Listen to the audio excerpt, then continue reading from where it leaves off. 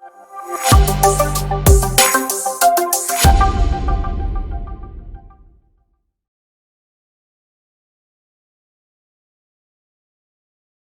Ministry और NSIC दोनों ने मिलकर एक इनिशिएटिव लिया 2016 में लुधियाना से। तो इसका इनॉग्रेशन हुआ। इस नेशनल SC/ST हब का कॉन्सेप्ट ये था कि जितने भी, और आपको मैं दायरा दिखाऊंगा आज की डेट पे, जो पोर्टल्स बने हैं गवर्नमेंट के अंदर, मुझे नहीं पता कि उसके अंदर आप लोग का क्या रुझान होगा, लेकिन आप इस बात को समझिएगा कि आज की डेट पे एक सवाल के साथ अपनी बात शुरू करूंगा कि कितने ऐसे डिपार्टमेंट हैं हमारे देश के अंदर जो सेंट्रल गवर्नमेंट हो सकते हैं, स्टेट गवर्नमेंट हो सकते हैं, डिस्ट्रिक्ट गवर्नमेंट हो सकते हैं, ऑटोनमस बॉडीज़ मिनिस्ट्रीज़ की हो सकती हैं, या कुछ ऐसे डिपार्टमेंट्स हैं जिनके साथ में हमने MOU साइन किया है, फॉरेन के गवर्नमेंट डिपार्टमेंट्स के साथ में किया है, एम्बेसीज़ हैं हमारे देश के अंदर, सेंट्रल सेक्रेटरिएट है हमारे देश के अंदर। ये जो चीज़ें हैं, इन सब चीज़ों को चलाने के लिए किन किन चीज़ों की आवश्यकता आप लोगों को पड़ती है? कभी सोचा आपने? ऐसे आज ये इनफैक्ट ये जो सेशन हम कर रहे हैं, इसको एग्जीक्यूट करने के लिए आपके टेबल पे स्टेशनरी के तमाम आइटम पड़े हुए हैं। ऐसे ही वो डिपार्टमेंट है जिनको मेंटेन करने के लिए स्टेशनरी चाहिए होगी, वो भी पानी पीते होंगे, लाइट पंखा, कल मैंने एग्जाम्पल भी दिया था आपको। ये जो चीज़ें हैं वो कोई नहीं बनाता है, ये सब कहीं ना कहीं से प्रोक्यूरमेंट करी जाती है। टेक्निकल पे, लैंग्वेज पे सप्लाई को प्रोक्यूरमेंट कहते हैं। जब ये हब का स्टार्टअप हुआ कि 2016 में, तो देश भर में 15 ब्रांचेस ओपन करी गई, जिसमें एक ब्रांच उत्तर प्रदेश के अंदर आगरा में है, और अब रिसेंटली अभी एक सब ब्रांच लखनऊ में ओपन हुई है SC/ST हब की। और यहीं से जहाँ से जिन स्टेट से आप लोग आए हैं, सौभाग्य है कि उन सब स्टेट की मॉनिटरिंग मैं करता हूँ उसमें, तो ये मौका मुझे मिलता है उसमें कि हम सब ये कर पा रहे हैं। तो वो 6 स्टेट की मॉनिटरिंग आपकी यहीं इस आगरा से होती है, और इसका पर्पस सिर्फ इतना ही था जिसमें ये बात पुट करी गई कि अगर कितने ऐसे डिपार्टमेंट हैं जहाँ पे स्पेशल कैटेगरी SC/ST के एंटरप्रेन्योर्स सप्लाई करते हैं किसी भी मटेरियल गुड्स के लिए। और एक एंटरप्रेन्योरशिप, सबसे पहले आप अपने जहन पे बात रखिएगा ज़रूर कि एंटरप्रेन्योरशिप की कोई भी सोशल कैटेगरी नहीं होती है। एंटरप्रेन्योरशिप, एंटरप्रेन्योर होता है, उसके अंदर उद्यमी अपने आप में एक उद्यमी है, चाहे वो कोई भी हो। सिर्फ उसको नफ़े नुकसान की भाषा एक समझ में कायदे से आनी चाहिए जब तक अपने वो प्रीमाइसेस के अंदर वो सेटअप करता है। ये पैरामीटर मैंने आपको बताया। इस पॉलिसीज़ के अंदर बहुत सारे ऐसे वर्क हैं जिसके बारे में ब्रीफ करता हूँ मैं। सेंट्रल PSEs आउटरीच, कॉन्सेप्ट ये था इसका, कितनी माइक्रो एंड स्मॉल इंटरप्राइजेज हैं who have to belong a special category and they can supply or they can procurement to the department in all over India। कि इसके अंदर जो वेंडर डेवलपमेंट्स है, कैपेसिटी बिल्डिंग है, हब ऑफिसेज हैं, awareness programme है, technologies हैं, इसमें काफ़ी चीज़ें जी ठीक है, इसमें काफ़ी चीज़ें ऐसी हैं जिसमें मुझे ये लगता है कि आप लोग इसको बहुत तरीके से समझिए। एक ये शब्द लिखा हुआ है, कोई पढ़ के बताएगा मुझे क्या लिखा है इसमें? जिसको अनिल पढ़िए यार, आप ही तो हो, घूम फिर के आप ही को मैं काम देता हूँ। पॉलिसी MSME, इसमें एक तीसरा M नहीं है, किसी ने गौर किया? MSME नाम है उसका, M नहीं है, तीसरा वाला M नहीं है, ठीक है। MSME में बात करता हूँ, उसमें तीसरा M नहीं है। रीज़न बिहाइंड, 3 कैटेगरी बताई कल मैंने आपको, माइक्रो, स्मॉल एंड मीडियम।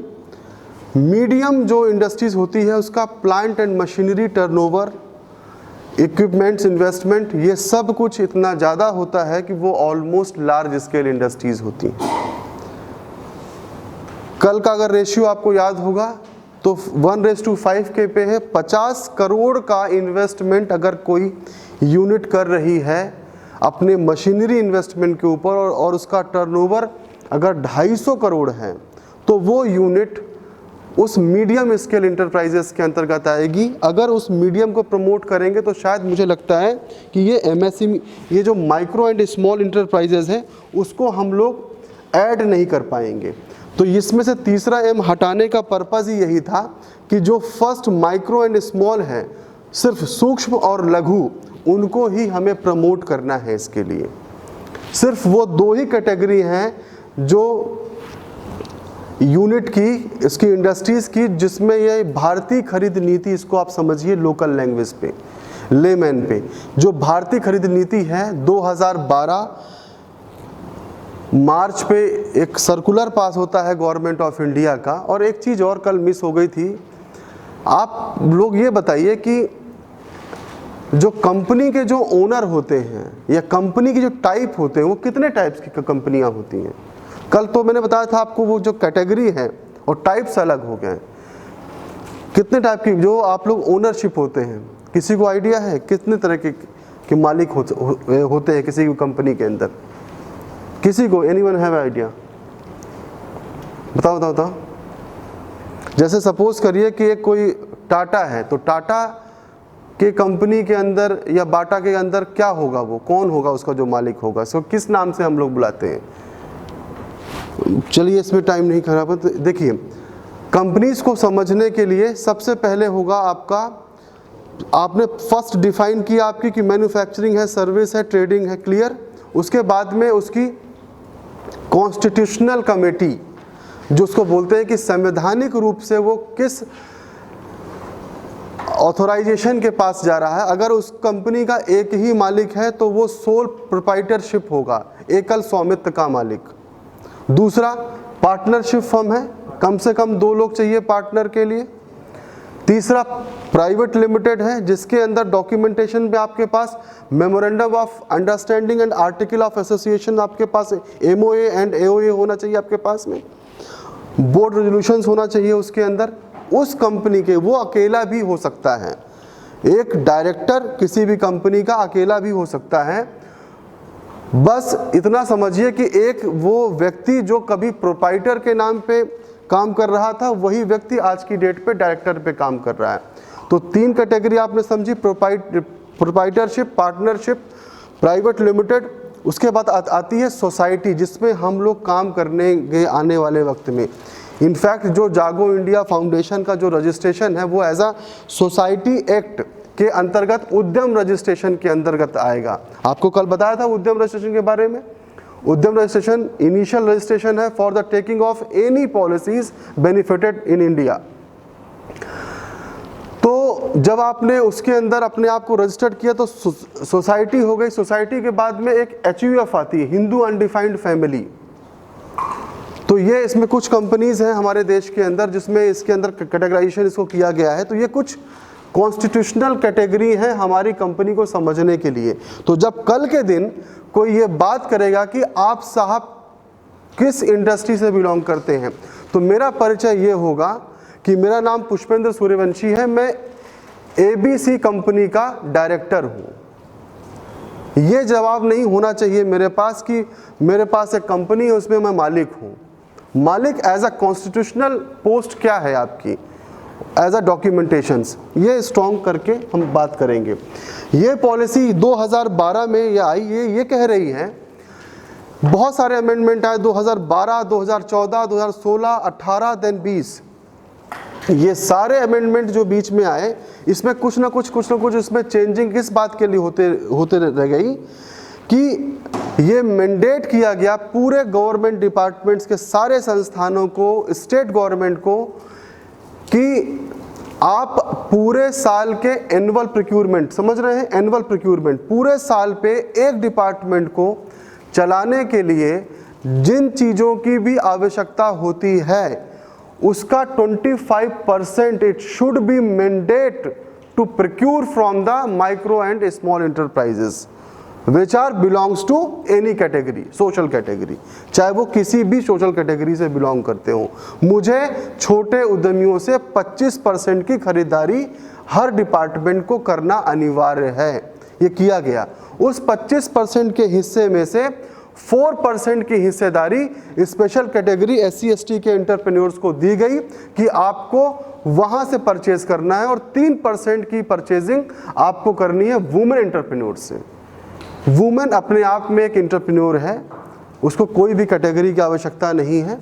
तो आप यूँ समझिए कि 4% की, ये कॉन्स्टिट्यूशनल की बात कर रहा हूँ मैं आपसे, जो आप लोग राइट्स के बारे में आप समझते हैं कि आप किसी भी डिपार्टमेंट को आप ये ठोक के लेटर दे सकते हैं कि साहब आप मुझे बताइए, इसमें RTI कर सकते हैं इस बात के लिए कि how many industries who have to belong micro and small enterprises and they also belongs to category who have to women's और SC/STs। आप अगर वो डेटा नहीं दे रहे हैं तो आप उसके ऊपर भी कार्रवाई होगी, मैंडेट है, ये शुड भी है। तो ये मैंडेटरी कॉलम्स हैं इसमें आपका कि ये जो पब्लिक प्रोक्योरमेंट पॉलिसी बहुत इंपॉर्टेंट पॉलिसीज़ है, और इसकी हालत क्या है वो भी दिखाता हूँ मैं आपको। नेक्स्ट करिएगा। ये कुछ फिगर हैं जिसमें अभी जो भी हमारे देश भर के जो सेंट्रल PSCs हैं उन्होंने परचेस किया हुआ है। अभी ये देखिए सब CR पे हैं ये। अभी हालत ये 545 17-18 से शुरू करते जबकि 2012 में ये हुआ है। और आपको पता कितने डिपार्टमेंट हमारे देश के अंदर? करोड़ पता है ना CR का? करोड़ ना, हाँ। करोड़ क्या बोलते हैं मराठी में? कना क्या बोलते हैं इसको लोकल लैंग्वेज में? खोखा तो किसको बोलते हैं? खोखा बोलते हैं, खोखा। पेटी तो लाख हो गई, खोखा हो गया करोड़ ना। हाँ ठीक है ना, ठीक है, खोखा तो ठीक है ना। तो ये आप ये समझिए कि ये जो फिगर है आप देख रहे हैं तो 700 ये 823 18-19 पे, देन 751 और ये 302 करोड़ की परचेजिंग 21-22 में कंटिन्यूस है जो अभी तक हुई है। अभी तक आपको क्या लगता है कितने डिपार्टमेंट हैं इस देश के अंदर? 403 सेंट्रल PSCs हैं, बैकबोन ऑफ इंडिया। आपने देखा होगा Maharatna, mini Ratna, Navratna, category A, category B जो डिफाइन करती है आपके प्रॉफिट मेकिंग के ऊपर। सारे सेंट्रल PSCs का एक ही है काम कि आप अपने हिसाब से जो भी मैन्युफैक्चरिंग प्लांट हैं इस देश के अंदर, जो सेंट्रल PSCs गवर्नमेंट है अंडर मिनिस्ट्री ऑफ एनी, उनका सिर्फ इतना पर्पस है कि जितना भी वो प्रोडक्शंस कर रहे हैं उसको मेंटेन करने के लिए आप जो कुछ भी प्रोक्यूरमेंट करेंगे, आप जो बना रहे हैं उसका इस्तेमाल बेशक कर लीजिए, लेकिन जो नहीं बना रहे हैं उसको आपको बाहर से प्रोक्यूर करना पड़ेगा। और प्रोक्यूर करने के लिए आपको ये फॉलो करना पड़ेगा गाइडलाइन कि आपको 100% में से 25% वहाँ पर परसेंट आपको MSC से परचेस करना है, 4% स्पेशल से, 3% वुमेन से। हालत ये है कि अभी की डेट पे आप उन 400 450 डिपार्टमेंट, 150 आप सेंट्रल PSCs मान लीजिए, 50 के आसपास में वो फुली गवर्नमेंट बॉडीज़ मान लीजिए, इसमें मिनिस्ट्री भी शामिल हो गई। स्टेट सारे के सारे स्टेट गवर्नमेंट मान लीजिए। उत्तर प्रदेश की बात करूं तो 75 जिले, 75 कलेक्ट्रेट, ठीक है। तो अगर इसकी मैं बात करूं तो मुझे ये लगता है कलेक्ट्रेट कुछ बनाता तो है नहीं ना, वो भी तो चाहिए ना, उसको भी तो कुछ चाहिए। तो वहाँ का प्रोक्यूरमेंट कौन करता है, कौन वहाँ पे सप्लाई करता है? तो ज़रूरी नहीं है कि आप इस बात के लिए सोचें कि मैं, हमारी सबसे बड़ी गलती होती है। सर मैंने आगरा पे एक बहुत 4 साल 5 साल लोग जो वहाँ पे वर्क किया, ये आप जाना, एक शूज़ जो है, शूज़ कंज्यूमर के पैर तक आते आते सर वो 19 कंपनियों से होके निकलता है। 19 इंडस्ट्रीज, 19 कंपनियां हैं जिसमें एक रॉ मटेरियल परचेस करने से लेकर फिनिश्ड शूज़ जब कंज्यूमर के पैर तक जाता है। यहाँ पे कितने ऐसे आदमी बैठे जिनको कस्टमर और कंज्यूमर में कोई फ़र्क समझ में आता हो? पता है आप सबको कि बताने की आवश्यकता है आप लोगों को? जिसको नहीं पता हो तो बेशक पूछ सकते हैं। कस्टमर और कंज्यूमर पता है ना? पता है सबको ना? ठीक है। तो मैं वही बात कर रहा हूँ कि जी एक ही स्टेटमेंट है इसका। कंज्यूमर वो है जो कंज्यूम कर रहा है, कस्टमर वो जो परचेस कर रहा है। आप बीमार हो, आपको पैरासीटामोल चाहिए, मैं गया दुकान पे आपसे, मैं दुकान से परचेस करके लेके आया, उसके लिए मैं कस्टमर हो गया, और जब मैं आपको दवाई खिला देता हूँ तो आप उसके लिए कंज्यूमर हो गए। क्लियर? इतना ही है। तो जब जब कंज्यूमर के पैर तक आते आते 19 इंडस्ट्रीज, होता क्या है, अक्सर हम मैक्सिमम प्रॉफिट के लिए मैक्सिमम लॉस बियर करने की तैयारी करते हैं। एक 650 स्क्वायर मीटर वाले एरिया पे हम 19 कंपनी अपनी खोल डालते हैं। कैसे? हम सोचते हैं कि रॉ मटेरियल ही मैं खुद परचेज कर लूँ, स्टिचिंग भी मैं ही करूँ, डिज़ाइनिंग भी मैं ही करूँ, शू लास्ट का काम भी मेरे से ही हो जाएगा, उसकी पॉलिशिंग, फिनिशिंग, मार्केटिंग, सब कुछ मैं अपने यहाँ पे कर लेता हूँ। आप ये क्यों नहीं समझ रहे हैं कि उस 19 में से कोई एक कंपनी को पिक करिए, बस सिर्फ इतना पिक करिए। और हम किसके लिए मर रहे हैं कि साहब मेरा मार्केट कहाँ पे है। आप 19 इंडस्ट्रीज़ को जरा से कमरे में अंदर आपने उसको एक मशीन पे ला के उसको इंस्टॉल कर दिया, चाहे किसी भी चीज़ के लिए हो, आप कोई एक कंटेंट को पिक करिए उसके अंदर। अगर सिर्फ आप उसको पैकेजिंग को ही पिक करना चाहते हैं तो पूरा का पूरा आपके लिए शूज़ इंडस्ट्री कस्टमर है, क्योंकि सब फिनिश्ड गुड के पीछे होड़ में पड़े हुए हैं। और बेच कहाँ रहे हैं वो सब? मैम वो सब बेच रहे हैं, एक जगह पड़ती है आगरा में हींग की मंडी, जहाँ पे 1.5 लाख ट्रेडर्स हैं। और आपको ताज्जुब होगा इस बात के लिए, उनमें से एक भी यूनिट ऐसा नहीं है जो ट्रेडर्स हैं जिनका खुद के लिए मैन्युफैक्चरिंग हो। और वहाँ पे कोई क्वालिटी और उसकी बात नहीं होती, वहाँ पे सिर्फ बात होती है कॉस्ट की। 50 पैसे कम पे देगा तो मैं इसको भेज देता हूँ। और आपको बताऊँ सैम्पलिंग किस तरह से होती है, एक एग्जाम्पल बस दे रहा हूँ कि इंडस्ट्री को समझना सबसे इम्पॉर्टेंट इसलिए है, हम प्रॉफिट को समझने का प्रयास करते हैं बजाय इंडस्ट्री के। अभी किसी ने कहा कि मुझे ये काम करने में बहुत अच्छा लगता है, तो मुझे ये काम करने में चाहे कोई भी चैलेंजेस हो मैं करता हूँ। तो मोटा मोटी ये समझिए कि हमें ये फिगर आउट करके ये जानना है कि हमारे क्या राइट्स हैं और हमें कितना कितना काम किन किन चीज़ों में हो सकता है। एक फ़ोटोकॉपी की दुकान भी अगर कलेक्ट्रेट पे अगर आपके ऊपर, मैं उसकी बात नहीं, अलॉटमेंट की बात नहीं कर रहा हूँ, मैं बात कर रहा हूँ काम की। अलॉटमेंट पे मैं आऊँगा। ये कुछ डिपार्टमेंट है आपको ओवरऑल समझाने के लिए कि ये सारे डिपार्टमेंट्स हैं जिनके साथ में हम सब ने कुछ वर्क किया हुआ है। NHPC कुछ आप लोगों ने सुने होंगे, डिफेंस का पूरा है। इन सब डिपार्टमेंट्स में आपके सबके लोगों के पास में वो एंड्रॉयड फ़ोन तो है ना, सभी लोग अमेज़ॉन, फ्लिपकार्ट यूज़ करते हैं।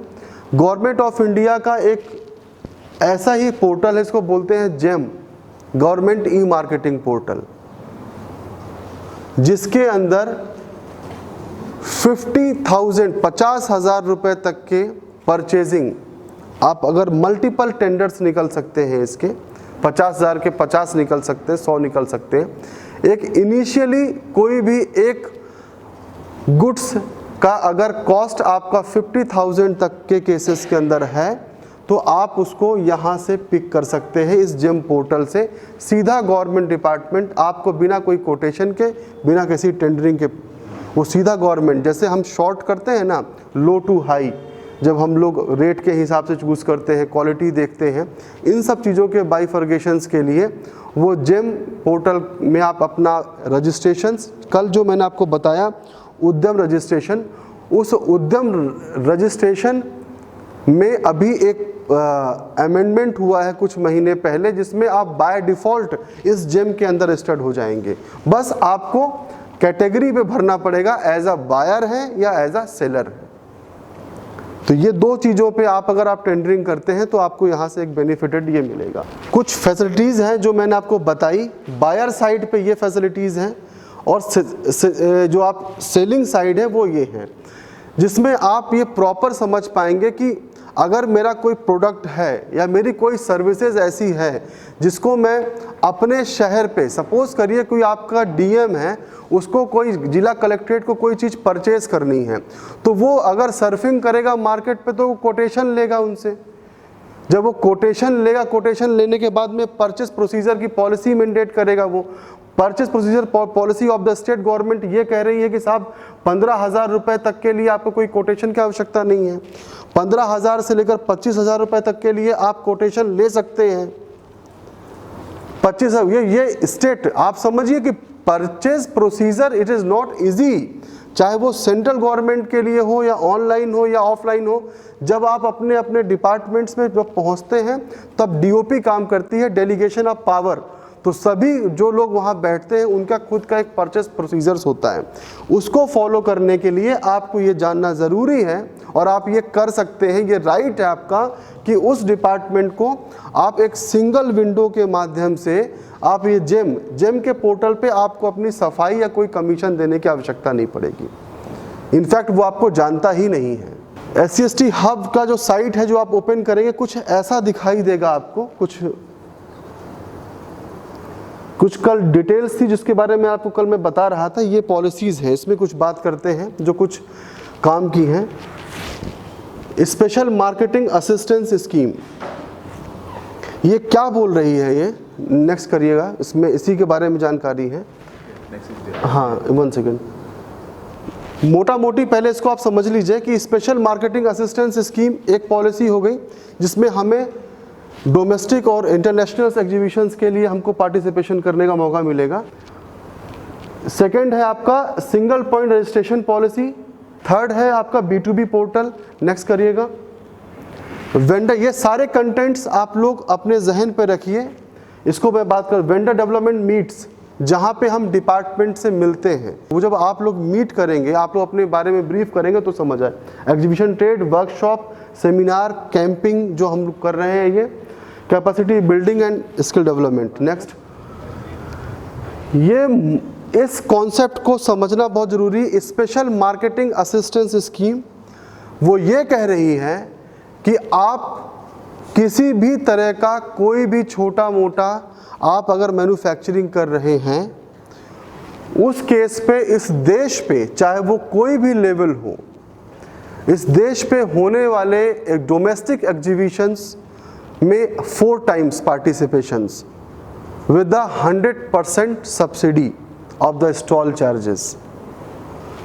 4 आप डोमेस्टिक घरेलू जो होने वाले हैं एग्जीबिशंस वहाँ पार्टिसिपेशन कर सकते हैं। 2 इंटरनेशनल विथ 100% सब्सिडी। ये नीचे मेंशन है, लाल रंग से इसमें मेंशन किया गया है ऑलरेडी कि इंटरनेशनल्स के लिए 2 टाइम्स, एक ब्रैकेट में 30,000 रुपीज़ का सिक्योरिटी डिपॉजिट भी लिखा है उसके अंदर, और 25% लिखा security deposit for the domestic exhibitions. और मैं आपको बताऊं ये हुआ कब है। ये सब कुछ पिछले साल हुआ, 2016 से लेकर 2020। राजस्थान के अंदर आपका एक कोई हॉल है अनिल, जयपुर में, जहाँ पे बहुत सारे इवेंट्स होते हैं। जैसे हमारा ITPO है, ऐसे राजस्थान जयपुर में है कोई एक हॉल। बिलीव करिए कि कुछ 4 सालों के अंदर मोर देन 5000 यूनिट्स को हमने डोमेस्टिक पार्टिसिपेशंस पे हब से हमने पार्टिसिपेट किया। उस 5000 लोगों में 1000 पर्सन हमारे ऐसे थे। और बड़ा ताज्जुब की बात है विजय जी कि पॉलिसी में, मैं कल भी कहा था, पॉलिसी में अमेंडमेंट कब होगा? जब पॉलिसी में अमेंडमेंट तभी होगा जब आप लोग अपनी एक्टिविटीज़ उनके सामने रखेंगे। जहाँ पे 100% पार्टिसिपेशन था स्टॉल चार्जेस के लिए, 10,000 रुपया आपको ट्रैवलिंग अलाउंसेस मिल रहा था, हवाई जहाज़ से भी अलाउ है आपको, जो भी उसका मिनिमम फेयर होगा आपको वो मिल जाएगा। 15,000 रुपये आपको फ्रेट चार्जेस के लिए दिया जा रहा था, ट्रांसपोर्टेशन के लिए, सामान ले जाने के लिए।